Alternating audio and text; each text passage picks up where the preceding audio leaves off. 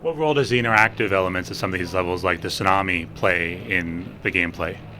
Yeah, we really think Call of Duty map designs are based around strategy and really strategic thinking of how you're going to master the map, whether it's individual play styles or team play around objectives. And so, we built dynamic events into maps, like you saw with the tsunami. These are set to happen at the same time every time in the map, so you can anticipate it and you can change your strategy based around it. Not every map will have one.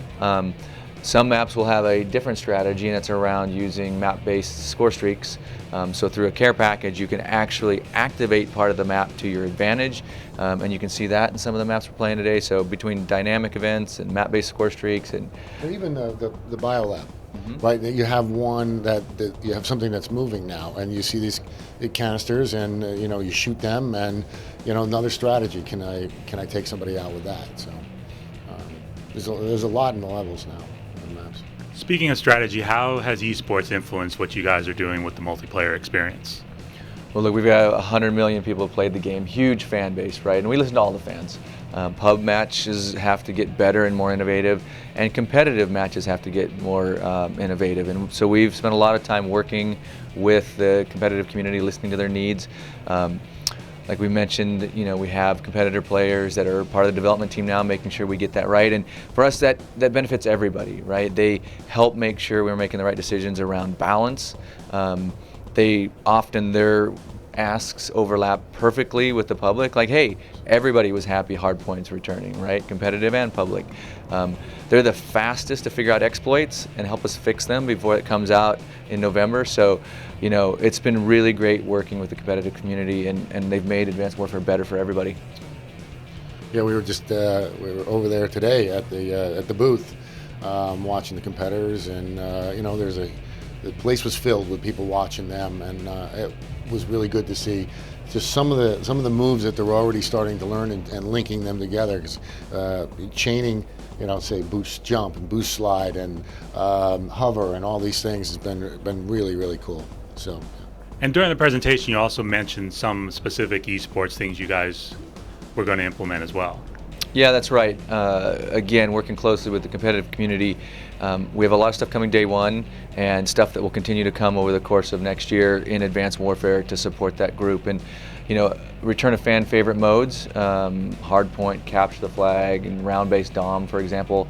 Our new mode, Uplink, which has proven to be a ton of fun. We think that they're going to adopt. It's very competitive, and in fact, everyone's having a ton of fun with that.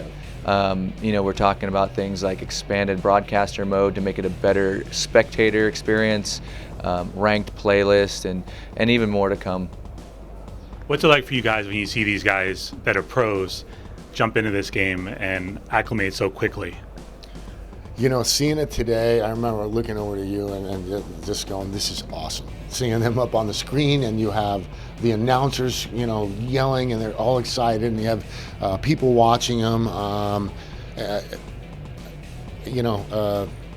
Awesome, right? It really is. Yeah, I mean, look, they are the fastest to adopt, right? And just like Glen mentioned, in the 24 hours from some of the teams that were playing yesterday, and we're just getting their hands on to today, seeing them master the moves and chain really great movements together, that's really going to be what the players experience in November as they, too, get their hands on it for the first time. And so it was an exciting experience. It validated we're making some great decisions, and inspired us to continue pushing in that direction. And I think we even picked up a couple things we need to go back and adjust a little bit. So, yeah, and even just watching the regular players that were coming in, and we have them playing, and there's things that we're already seeing. Yeah. And last thing is, what role has in addition to esports, live streaming played in allowing people that want to get better at your games to be able to go and watch? Yeah, I think the live stream phenomenon is remarkable. I think I can't even remember now the exact outlet that quoted it, but it was like 2 billion hours of watched esports through live streams. That's remarkable, given that I think Twitch is like 3 years old or something, right? And I find myself, for the same reason, going like, wow, like modern sports, like the NFL, I want to watch the best of the best playing and understand how they get there. And so, yeah, it's exposed our game to, far more players and in ways that have helped everybody, I think, get inspired to be better players. And that's really exciting for all of us. I think it's also it's expanding games. It's you know, a lot more people maybe will start watching them, and hey, I want to start playing video games. Maybe that's something that will help grow. It's really remarkable, frankly, to think that people today, with all this media around them, will choose to use their iPhone to watch Call of Duty being played. I mean, that's not only exciting to think about, but it's a real compliment to the franchise. Well, one thing parents can't say, you'll never make a living playing video games anymore, right? Well, that we were talking about that the other day, right? Yeah. The Call of Duty $1 Million Championship is just one event annually. There are teams out there, competitors out there that, and what's even more crazy, the fact you can make a living on it. Like an esports competitor today, like veteran, like the best of the best, they retire when they're like 23. Like, is it crazy? Like and then play more retirement video and 23 should just never go together. Yeah, that's true.